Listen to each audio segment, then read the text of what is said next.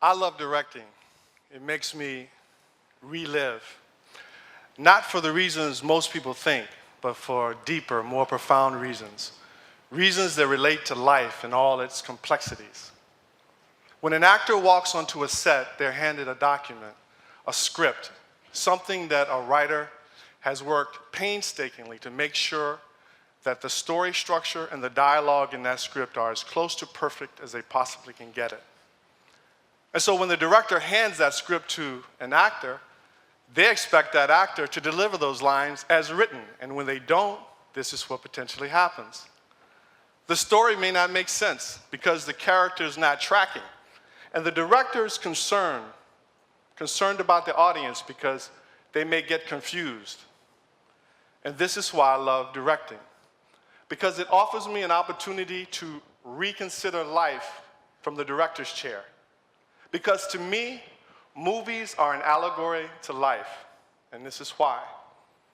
On a set, a director has an actor do their lines over and over and over and over again from every possible angle until they get it right. And then we move on to the next scene. Isn't that how life is? We seem to be going through the same thing over and over and over and over again until we get our lesson right. And then we can move on to our next scene or our next lesson. And sometimes we miss our marks. You see, on a movie set, there are marks on the floor. And these marks are designed for an actor to recite their lines, for the cameraman, for continuity, for sound, and even for other actors so they don't stumble over each other.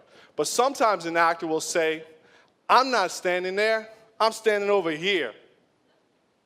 The director says, "But you can't stand over there because it took us 2 hours to set that light up there, that key light that makes you beautiful and look like a star." Actor might say, "I'm not standing there, I'm standing here." But you can't stand there because you're standing in the dark. And this is why I love directing, because it makes me reconsider Shakespeare, who said, "Tomorrow and tomorrow and tomorrow creeps through this petty pace from day to day, to the last syllable of recorded time.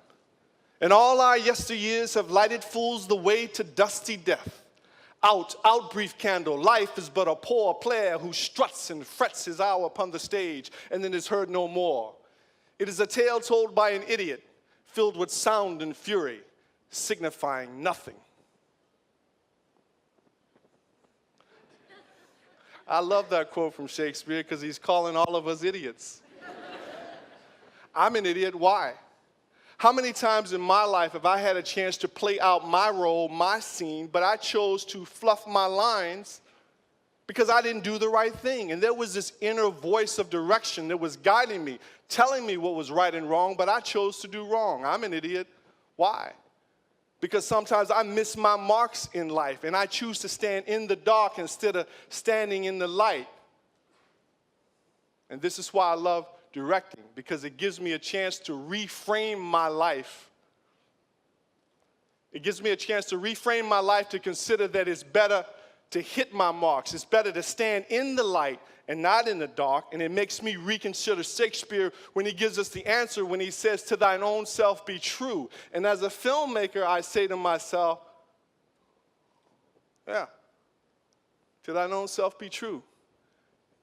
Because I've come to realize that life is a hero's journey. And who is that hero? That hero is you. That hero is me. Because most Hollywood films are really based on your psychological inheritance and your emotional coefficient.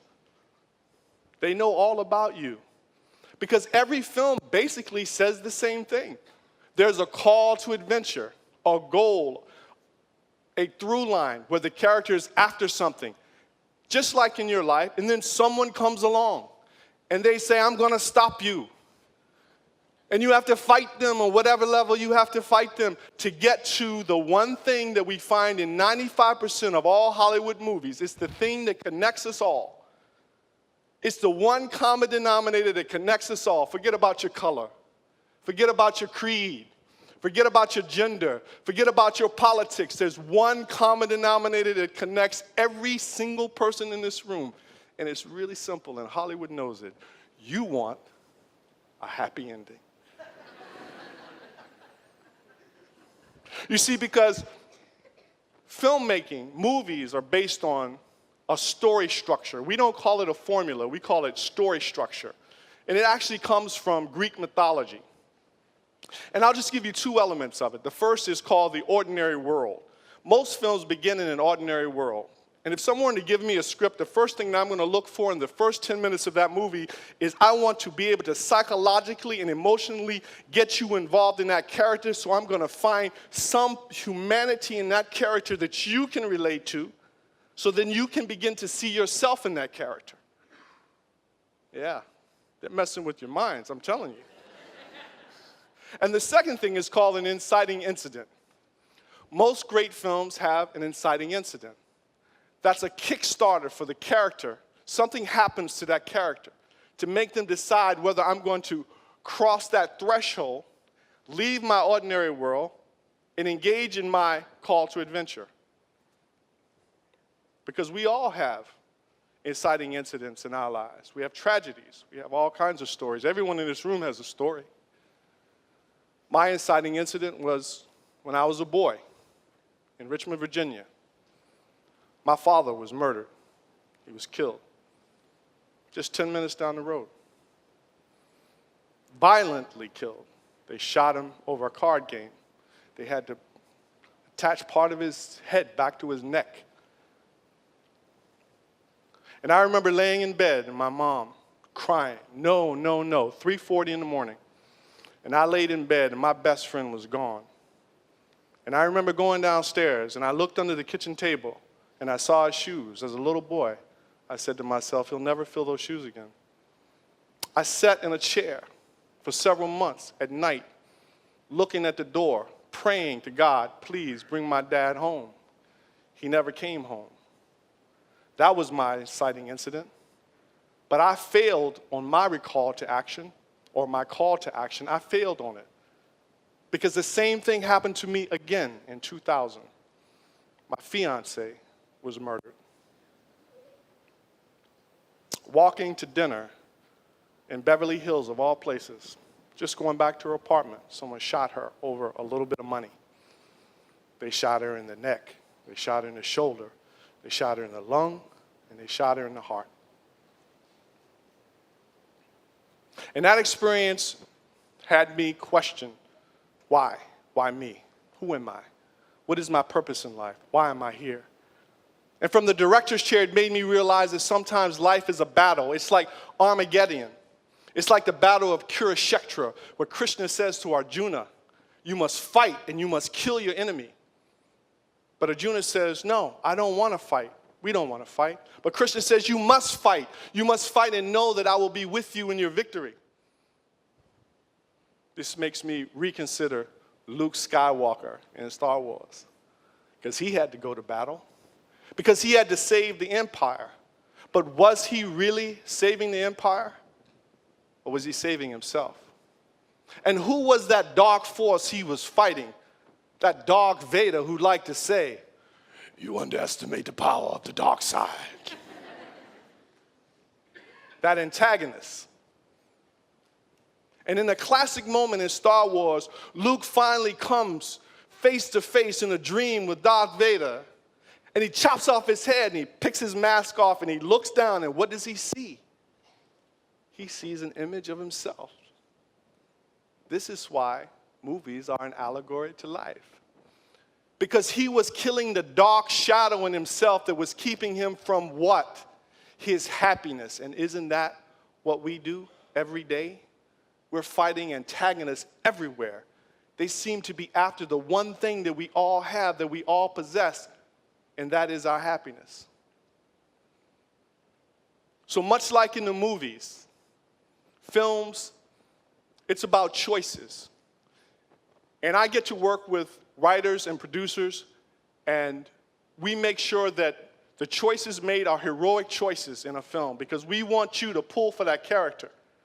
We want you to be on the edge of your seat and pull for that character, and because that's important to us. We have to engage you. But the question is, what choices are we making in our lives? Are we making the heroic choices so our families can say, I love you, much like we say, I love that character in a film? Are we making heroic choices that say, you know, I love everything that you're doing in your life, much like we say, I love this movie? Or are we making irredeemable choices when we say, I hate you, I hate that character, I hate what you do. I'll never go see another movie by that director or that writer, that director or actor ever again. Get out of my life. And this leads me back to Shakespeare, reconsidering Shakespeare when he said, we're but poor players on this stage of life. I'm going to do that quote again. If I were directing myself, I'd say cut and let's redo that.